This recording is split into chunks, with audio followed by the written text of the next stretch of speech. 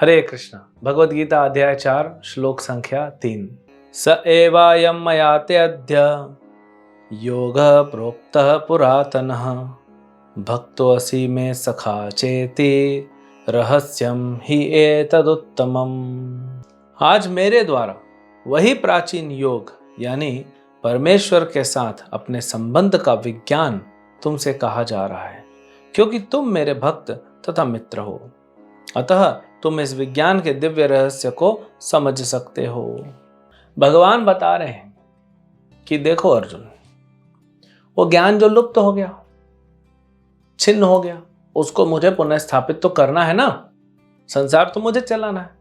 जैसे सरकार कोई नियम बनाती है, मास्क पहनो, फिर थोड़े समय बाद वायरस थोड़ा कम होता है, लोग मास्क कम पहनने गए, फाइन भी नहीं लेती, फिर वायरस बढ़ जाता, फिर सरकार बोलती है मास्क पहनो, है ना। तो डिसिप्लिन लाना पड़ता है। तो भगवान नहीं लाएंगे तो और कौन लाएगा? सृष्टि भगवान की है, ये जिम्मेदारी भगवान का है। हमें तो सिर्फ सरल काम करना है, फॉलो करना है। जो भगवान बोल रहे हैं वो करते रहो। सरकार को पालन करते हैं तो कैसे वो जो नागरिक होता है अच्छे से जीवन जीता है।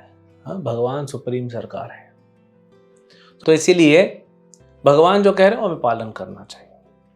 अब क्यों स्थापना करना है वो तो समझ गए कि छिन्न हो गया इसलिए भगवान आए। कौन इसको ले सकता है ज्ञान को? एलिजिबिलिटी क्राइटेरिया भी तो होता है। तो भगवान बोलते हैं जो भक्त है और जो मेरा मित्र है। भक्तो असि में सखा चेति। अर्जुन, तुम मेरे भक्त भी हो, तुम मेरे सखा भी हो, इसीलिए तुम ये ज्ञान समझ सकते हो। इसका मतलब क्या है? देखिए, भगवान के इस दिव्य ज्ञान को समझने के लिए पहले तो ये स्वीकार करना पड़ेगा ना कि कृष्ण भगवान है। आसुरी लोग ये नहीं स्वीकार करते कि कृष्ण भगवान है, तो कैसे समझेंगे? फिर वैल्यू कौन देगा?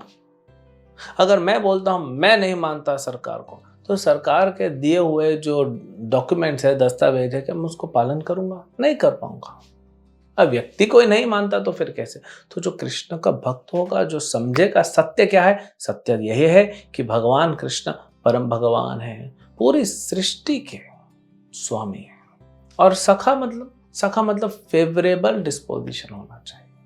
तो अर्जुन भक्त भी हैं, सखा भी हैं। सखा होने के नाते और भक्त होने के नाते अर्जुन भगवान से ईर्ष्या नहीं करते।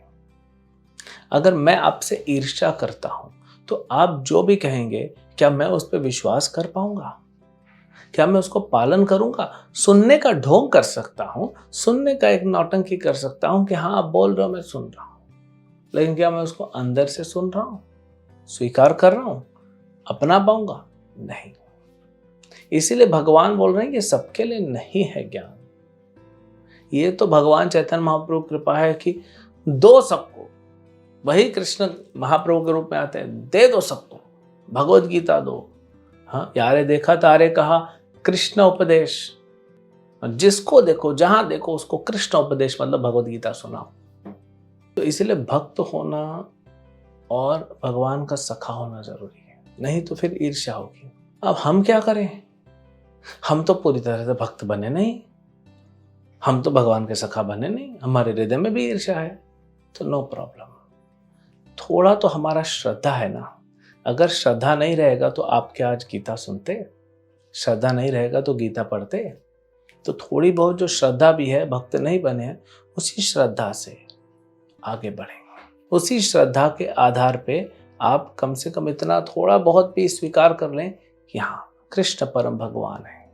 और भगवान के एटलीस्ट विरुद्ध नहीं हो, भले न्यूट्रल हो, भगवान के विरुद्ध ना हो। न्यूट्रल होने से थोड़ा पढ़ेगा, समझेगा, आगे जाएगा, फिर धीरे धीरे धीरे धीरे धीरे भगवद गीता के अंत तक पहुंचते पहुंचते समझ जाएंगे कृष्ण परम भगवान है और कृष्ण से हमें प्रेम का संबंध वापस स्थापित करना है। जो खो गया है, जो टूट गया है, उसके लिए ही तो ज्ञान दे रहे हैं भगवान।